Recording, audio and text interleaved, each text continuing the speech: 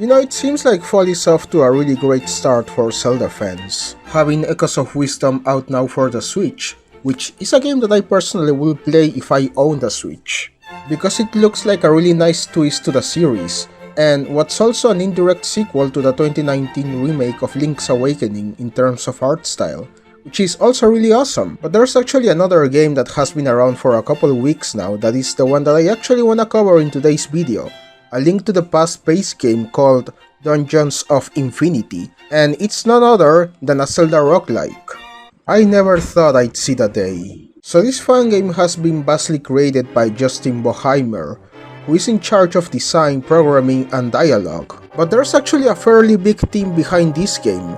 That said, this game uses a lot of assets, sound effects, and even music from A Link to the Past. But it's the roguelike aspect of it what really hooked me, and with good reason. I always thought a Zelda roguelike will be an interesting and fun concept to sink myself into. And keep in mind, this is coming from someone who has barely played Link to the Past, and therefore is not familiar with that game as much as other people. And at the time of me making this video, I haven't even gone that far into the game, with my personal record being floor 4. But to me, a huge part of enjoying a roguelike is the overall journey rather than thinking about beating it.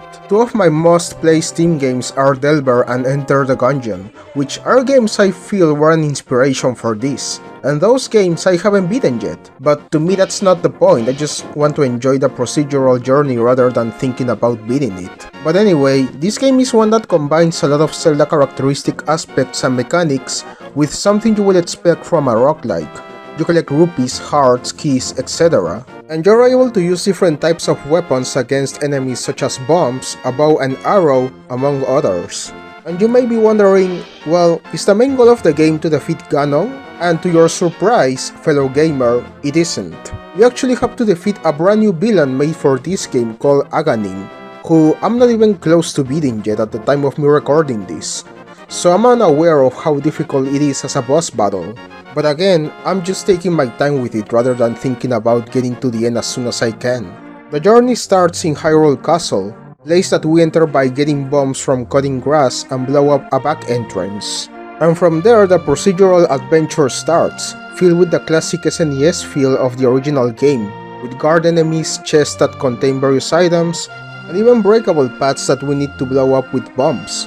All of this combined with the procedural and permadeath aspect of your usual roguelike. And to progress, you need to find a key in each floor which will lead to the next one. But you need to really keep your eyes peeled to find said key, as they can be very sneaky, being in either treasure chests or jars. Trust me, I felt stuck in this game just trying to find the keys alone a couple times. But to me that's part of the appeal, honestly.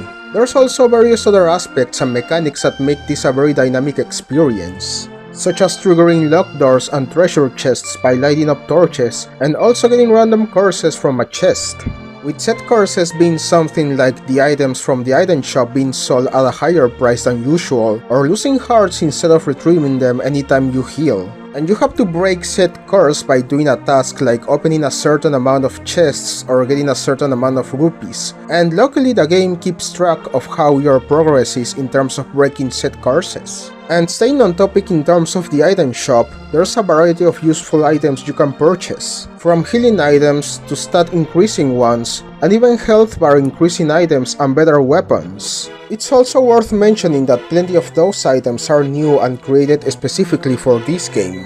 There's also a magic meter, but I haven't used magic so far in my playthrough of this, as I just have no idea how to do it yet.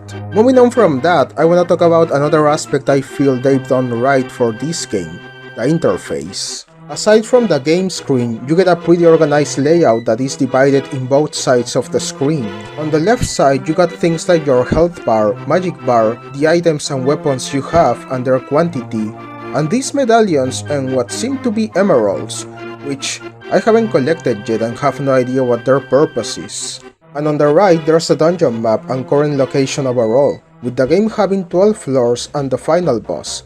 And as I mentioned before, at the time of me recording this video, my personal best is floor 4, meaning I probably still haven't seen shit about this game. Another couple nice aspects of this game is the inclusion of kingstones. You will find one half of this during your journey in a treasure chest, and it's your task to find the other half floating around somewhere else and fuse them together, which will trigger 2 treasure chests. And you can also collect gemstones that you can throw into a Sora Lake, also placed randomly in the game, to be able to collect even more items. Despite this game being just released, it can be safely said it's still in early access, as the developers continue to make improvements and update it as time goes on. The version you're seeing on screen right now is version 1.1.2, released on September 23, and this footage actually comes from a stream I did of it yesterday, and they keep making small changes as well as fixing bugs reported by the community, which is awesome. Personally, I think this is already a fucking amazing fan game and take on Link to the Past. You could call me biased because I'm already a huge roguelike fan, and I like seeing the different types of ideas people come up with when it comes to this genre. I definitely look forward to whatever is in store next for this game, even though I already enjoy it a lot as it is. So if any developer is watching this video, good job! And as for anyone who is a fan of Zelda and roguelikes, definitely give this game a shot. I'm sure you won't be disappointed, hopefully. But yeah, that's my first impressions video on this game. Obviously, there's probably a lot I left out as I haven't gotten that far into the game yet. And I just wanted to make a quick video about it because even though I haven't beaten any Zelda yet, I am a very active roguelike enjoyer and this game felt like it was right up my alley in that regard. That said, I hope you enjoyed the video. Feel free to subscribe and like it as it is what helps the channel and motivates me to continue making this type of content. And also, friendly reminder that I stream on Twitch regularly and I'm still trying to hit affiliate, so it will mean a lot for any of y'all to drop by sometime and say hi. But yeah, that's pretty much it. Thanks for watching and I'll see you in the next video. Bye!